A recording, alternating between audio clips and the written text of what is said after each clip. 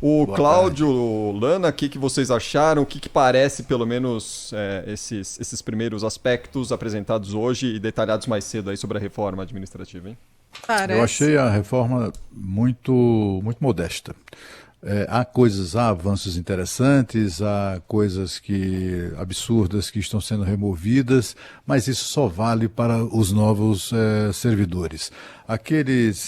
E eu me refiro especificamente à nata do servidor público, né, aqueles que estão aquela casta de nível superior, né, aquela gente que já entra no serviço público ganhando praticamente o teto, gente que ganha mais de 20 mil reais, 30, 40 mil reais, e recebe auxílio creche, né?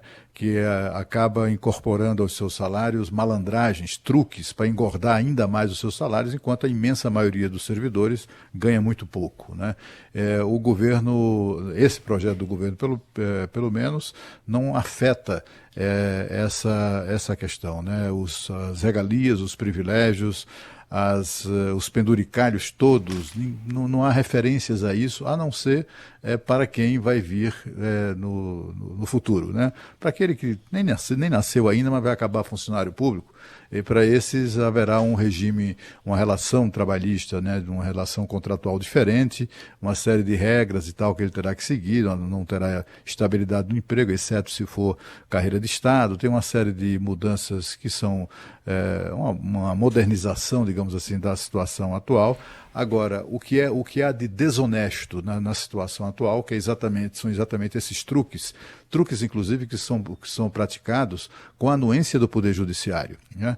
Quando o Poder Judiciário faz distinção entre o que é remuneração, o que é salário, o que é penduria, o que é gratificação, olha, isso aqui não pode ser salário, não pode ser contado, separando as coisas, né, exatamente para driblar a lei do teto, né, a regra constitucional do teto, esse tipo de coisa, né, que é manifestamente ilegal, malandra, né, mas se a justiça faz essa interpretação criativa do texto, a gente fica com as mãos atadas. Nisso, a reforma não mexe. A reforma não altera a estrutura do Estado brasileiro, do ponto de vista dos órgãos existentes. Muitos deles poderiam ser extintos, né, por serem absolutamente dispensáveis, mas são mantidos para manter também privilégios e regalias dos seus integrantes.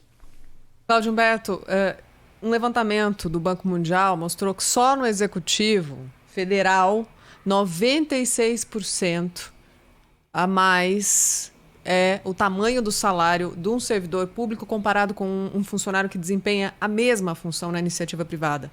Eles ganham 96% a mais. O Brasil tem mais de 300 carreiras. Como é que gerencia isso? São mais de 300 carreiras. E sob um regime só, né? E as gratificações que a gente gosta de lembrar sempre aqui, 179 gratificações diferentes. 90%, praticamente todos os servidores do Executivo Federal recebem gratificação de desempenho, por bom desempenho. Será que é real isso? É um retrato da realidade? E aí eu lembro da gente ter falado sobre esse assunto em algum dia dessa semana e um comentário apareceu na live dizendo, olha, injusto. Eu sou servidor público e não estou no topo da carreira.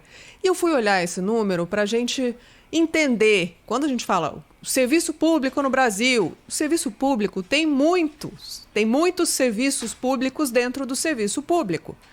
Tem gente que ganha muito bem, mas tem gente que não ganha bem. E a maioria não ganha bem. Então, só para vocês saberem, quando a gente está falando de serviço público, tem o nível do executivo, do legislativo, do judiciário. A gente fatia os três poderes assim. A média salarial para quem trabalha no executivo é de R$ 3.900. A média para quem trabalha no legislativo é de R$ 6.000, já bem maior. E a média para quem trabalha no judiciário, R$ 12.000. Média salarial nos municípios, R$ 2.900 do serviço público. Média dos estados, um servidor do estado hoje, um servidor estadual, R$ 5.000. A gente está falando em média, né? Tá? Soma, divide. E o federal, R$ 9.200. Então, olha a diferença de tratamento para um servidor do judiciário federal. Todos esses caras ganham praticamente, todo mundo ganha acima de 10 mil na média. E ali é que está a questão que a gente tem que olhar de perto. Será que o salário desse pessoal não está muito descolado da realidade? A função que é desempenhada por eles recebe esse tipo de salário da iniciativa privada? É justo? Se for justo, bom, a reforma administrativa não está encostando nem chegou perto do judiciário. A proposta que chega ao Congresso Nacional não trata disso. O que ela vai impor é uma série de regras para cobrar de todo o serviço público que ele comprove que tem eficiência.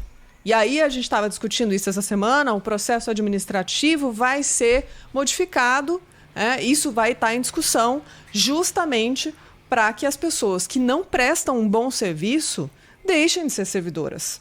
Porque é justo. Se você não desempenha o seu trabalho direito na iniciativa privada, o que acontece? Vai para a rua, é demitido. O servidor público é difícil, um processo de seleção, tem que receber, tem que ser justo o tratamento. Mas também não pode ser intocável. O cara tem que mostrar serviço e, se não for eficiente, responder por isso.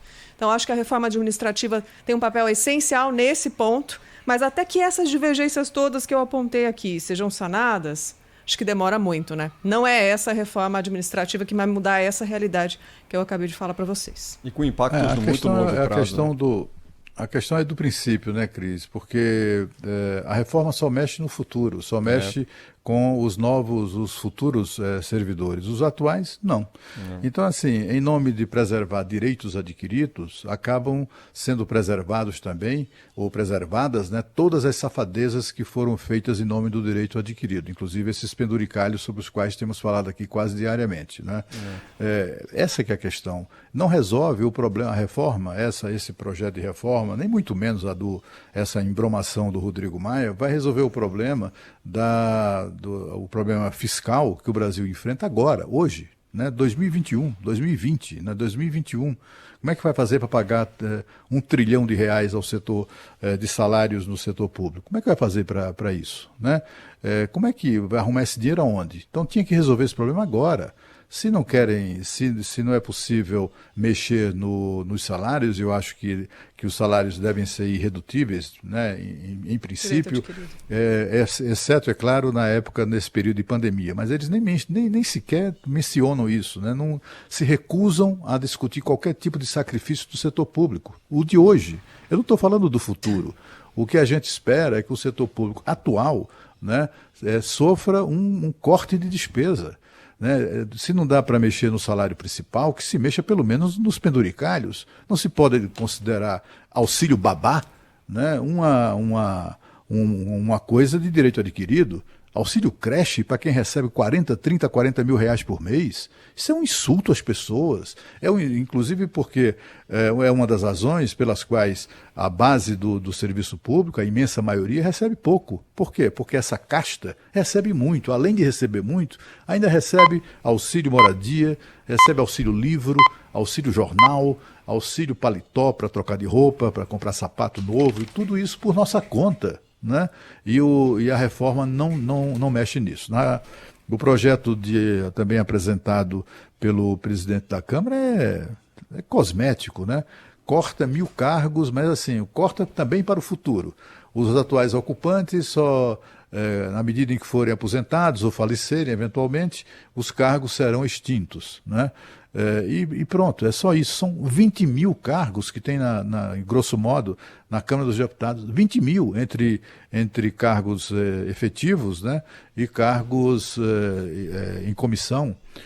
Quando é que eles vão acabar com as malandragens que engordam o salário de deputado? Como a história do auxílio mudança, que a gente já falou aqui.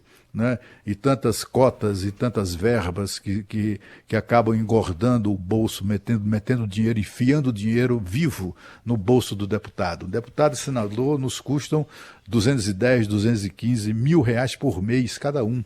Isso no bolso deles, né? O custo mesmo de deputado é muito maior do que isso. Então, assim, esse tipo de reforma, e no judiciário, então, chega a ser piada, né? Não vai acontecer nada. Não, só...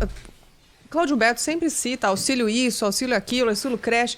179 gratificações diferentes existem no Brasil. Eu não tinha noção desse número. É muita criatividade Imagina o legislador criando essas gratificações aqui e acolá, pelo país. 179 gratificações diferentes. Esses auxílios que a gente cita, auxílio creche, auxílio paletó, auxílio, sei lá, mudança, esse também, auxílio mudança. São 179 tipos diferentes de gratificações. E só para a gente ter uma ideia de novo, o executivo, que não é dos mais caros, tem mais ou menos 1.200.000 servidores na ativa e inativos. O total de servidores, 11 milhões. Então, você vê que essa reforma é realmente cosmética. Realmente, acho que essa deve ser a palavra para explicar. Porque não atinge a maior parte do serviço público. É uma iniciativa, é um primeiro passo e a gente espera que seja só um primeiro de muitos. Agora, para criar, eles criam fácil, né? Para criar é rapidinho para criar. E é difícil a gente acreditar, né, Cláudio e Ilana, que uma mudança radical vai acontecer enquanto eles próprios foram os responsáveis pelas mudanças, né? Por cortar ali da conta deles no fim do mês, benefícios e esses penduricalhos todos que a gente vem rebatendo aqui, batendo e martelando em cima, que de fato onera. E seria um primeiro passo importante para uma mudança, de fato, de economia, de visão do que é a função de um parlamentar, no caso especificamente deles, né? E a gente lembra que a reforma administrativa não atinge, né, parlamentares, membros do judiciário, enfim, magistrados. Então, a gente vai monitorar muito bem, muito de perto o que vai acontecer e ver o resultado prático, como a gente tem destacado, o Cláudio citou bem. Vai demorar para surgir, vai demorar porque é uma muito modernização que é necessária, né? Precisa modernizar o serviço público e que ele deixe de ser tão descolado da realidade para quem está no topo e também para quem está embaixo, porque tem muita gente ganhando muito mal e que não vê nenhum avanço, não tem um estímulo para a carreira, né? Não tem como avançar, como crescer como profissional. Então... Mas mesmo os que recebem pouco, e são muitos, né, a maioria recebe pouco no serviço público, eles têm vantagens adicionais em relação ao trabalhador do setor privado que o sustenta, que é preciso levar em conta. Eu ganho pouco, tá certo, mas tem estabilidade do emprego. Qual é o trabalhador da iniciativa privada que pode afirmar a mesma coisa? Né? Além disso, tem uma série de vantagens e cuidados, etc. Aposentadoria integral, muitas categorias conservam ainda esse direito. A aposentadoria integral é o sonho, né, de todo mundo. Isso só existe no setor público. Então tem assim, mesmo os que recebem pouco, é lamentável que recebam tão pouco, mas tem também vantagens que não se encontram entre a maioria dos trabalhadores do Brasil. É verdade.